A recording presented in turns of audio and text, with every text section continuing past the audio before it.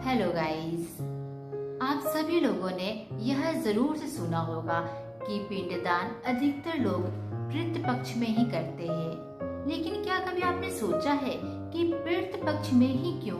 इसका कारण क्या है? कभी किसी और दिन भी तो कर सकते हैं। तो चलिए आज की वीडियो में हम लोग जानेंगे इसका कारण कि लोग आखिर पितृ पक्ष में ही पिंडदान अधिकतर क्यों करते हैं, इसका क्या महत्व है। तो चलिए वीडियो को स्टार्ट करने से पहले मैं सुचित्रा आप सभी लोगों का एक बार फिर से स्वागत करती हूँ आपके अपने ही YouTube चैनल पर, जिसका नाम है नॉलेज अनबॉक्सिंग बाय सुचित्रा। तो चलिए आज के वीडियो में फिर से कुछ नया जानते हैं।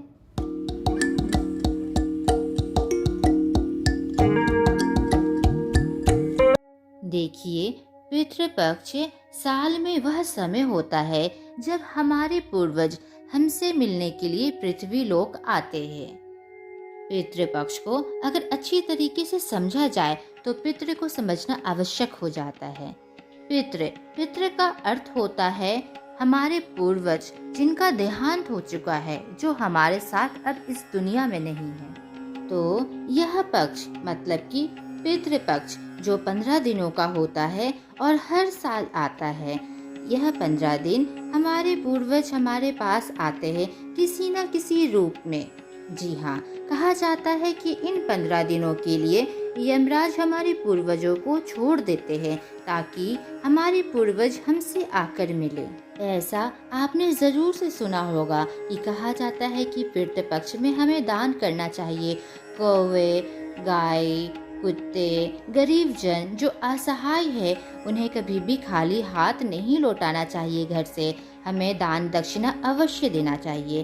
तो इसका कारण ये भी होता है कि ऐसा माना जाता है कि जो हमारे पूर्वज है, हमारे पितर जो है, वे किसी न किसी रूप में हमारे पास आते हैं और हम लोग असमर्थ होते हैं। हम लोग नहीं पहचान सकते कि हमारे पूर्वज किस रूप में आए हैं। इसलिए अन्य दिनों तो हमें लोगों की मदद करनी ही चाहिए। असहाय लोगों को दान अवश्य करना चाहिए और जो भी ज़रूरत लोग हैं उन्हें हमें जो भी सेवा भाव प्रदान करना चाहिए। लेकिन पितृपक्ष में खास तौर पर जो भी जैसे गाय हो गए, उन्हें रोटी खिला दे, कौवे को हम लोग दाना दे दे, या फिर जो ब्राह्मण है, जो बुद्धिमान जीवी है, उन्हें हमें भोजन करवाना चाहिए, दान देना चाहिए। जो असमर्थ है उन्हें हमें कुछ पैसे देना चाहिए या फिर जो भी उनकी ज़रूरत है उन्हें हमें पूरा करना चाहिए ताकि किसी न किसी रूप में हमारे पूर्वजों को वह प्राप्त हो जाए।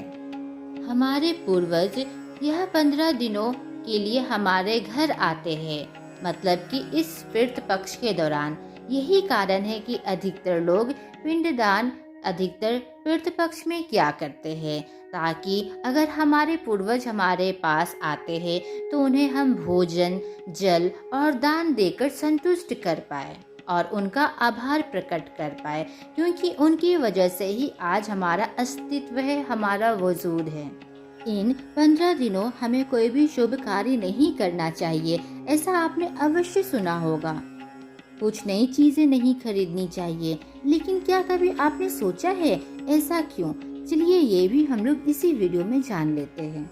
देखिए, अगर देखा जाए तो हम लोग साल के हर दिनों में किसी न किसी कार्य में व्यस्त रहते हैं, लेकिन साल में सिर्फ यह 15 दिन ही होता है जिसमें हम लोग अपने पूर्वजों का आभार प्रकट कर सके।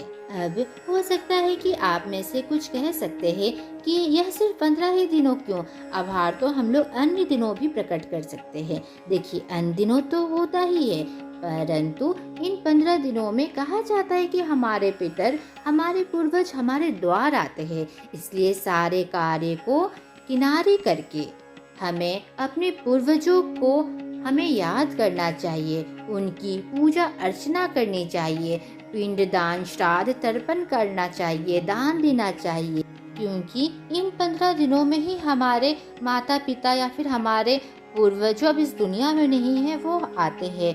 तो उनकी सेवा करना हमारे लिए सबसे बड़ी प्राथमिकता होती है। उस वक्त माता पिता की सेवा करना ईश्वर की सेवा करने के समान है। हमारे माता पिता या फिर हमारे पूर्वज अगर हमसे खुश हुए, अगर हमसे प्रसन्न हुए, हमारे द्वार पर आकर अगर हम लोग उनको संतुष्ट करते हैं तो वह समझिए कि ईश्वर हम लोगों से अत्यंत प्रसन्न होंगे, क्योंकि जो हमारे पूर्वज हमें आशीर्वाद देंगे उनका जो आशीर्वाद होगा हमारे लिए वह अमृत से कम नहीं होगा। तो अब आप समझ गए होंगे कि पितृ पक्ष के दौरान अधिकतर शुभ कार्य क्यों नहीं करना चाहिए। और अब आप सभी को ये भी ज्ञात हो गया होगा कि पितृ पक्ष के दौरान ही अधिकतर लोग गया जाकर पिंडदान श्राद्ध क्यों करते हैं। तो फ्रेंड्स, अगर आपको लगा हो कि मैंने इस वीडियो में कुछ अच्छी जानकारी दी है, अगर आपके डाउट्स क्लियर हुए हो तो कमेंट बॉक्स में ज़रूर से बताइएगा। तो अभी के लिए मैं सुचित्रा आप सभी लोगों से इजाज़त चाहती हूँ। मिलते हैं फिर नेक्स्ट वीडियो में। Tata, good bye.